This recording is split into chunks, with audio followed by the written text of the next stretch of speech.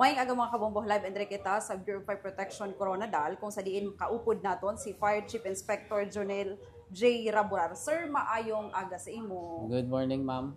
Okay. Sir, may reklamo nga naglabot sa amon, may kaangtanan sa gasolinahan nga ginpatindog kag subong under construction sa sir sa St. Gabriel, particularmente sa Barangay Zone 3. Ano ba ang mga tika nga ginahimo sang Bureau of Fire Protection, sir, bag-o mapatindog ang isa ka establishment? Good morning na sa tanan. Bali ang gasoline station nga last year pa na siya gin-applyan sa sang fire safety evaluation clearance. So ang fire safety evaluation clearance amo na siya ang gina-issue namon before mag-start construction ang isa ka establishment. Regardless kung ano na siya nga type of occupancy, gasolinahan ba na siya, eskwelahan or ano. But with regards sa gasoline station, kabalo kami nga last year, damo na siya sang complaint kaya ang complainant abi yung mga resident sa mismo sa palibot sang gasoline station. So ang LGU, actually kami sa Bureau of Fire, part na kami sa sa proseso. Ang LGU ang area is identified as type 2 commercial. So, ang sang LGU sa zoning is allowed mag-construct sang gasoline station. So, kami sa Bureau of Fire Protection, ang amon nga intervention dira sa sa construction sang fire sang gasoline station is ipa-comply namon sila sa mga necessary nila nga dapat i-comply as prescribed by the Fire Code of the Philippines. So, na-comply man nila tanan nga compliance, then nag-proceed na sila sa construction. Sir, sa gigkantuan namon ang area, may ara sang mga panimalay sa palibot. Sir, pila bala ang required nga distansya kung may ipatukod ng gasinahan o kung ano pa man yung establishment, labi na ang gasolina abi, sir, kay explosion siya, kag hazardous abi siya, sir. Pila ka layuon o ano ka layuon sa distansya, sir, bago mapatindog ang isa ka gasolinahan? Ang gasoline station,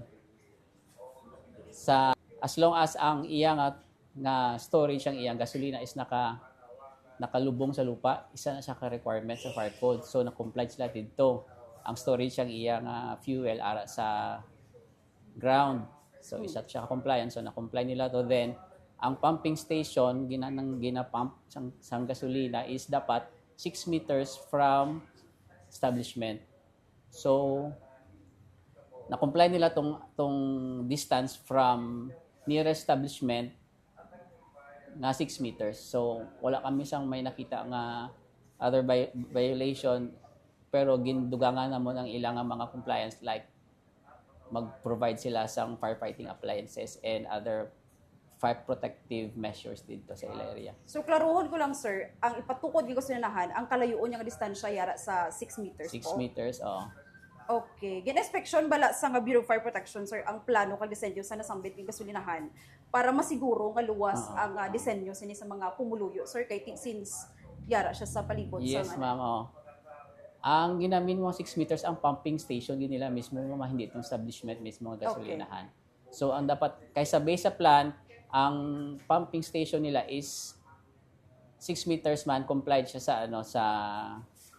sa Fire Code of the Philippines. Pat karon ara pa sila sa construction phase. Then next nila nga step is for occupancy. Then tito naman kami magsulod, mag-inspection naman kami for occupancy.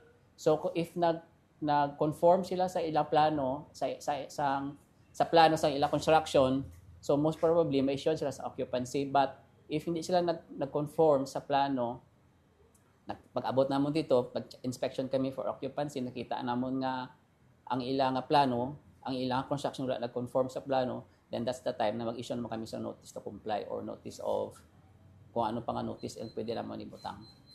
Okay. Klaro, sir. So, last na lang, sir, assurance sa tanan nga mga pumuluyo dito. Kagati, mensahe man sa tanan nga residente nga naga-complain nga, kay ti ang gasolinahan abi, sir, hazardous. Yes, opo. Nag-iisip sila nga base delikado. Mensahe, sir, sa tanan. So sa tanan especially dito sa mga pamuluyo sa palibot sa gasoline station na gina-construct subong, di ka mo magkabalaka kay kami sa Bureau of Fire ginobra namon nga part tong gasoline station na to gin-comply niya naman tanan nga compliance prior sa construction, pero before kami mag-issue sa occupancy inspection gyapon namon to, then rest assured sa pamuluyo sa palibot nga ipa-implement namon ang dapat dito i-implement nga para safety man ang pumuluyo sa palibot. Okay. Sir, madamo salamat kag good morning. Good morning.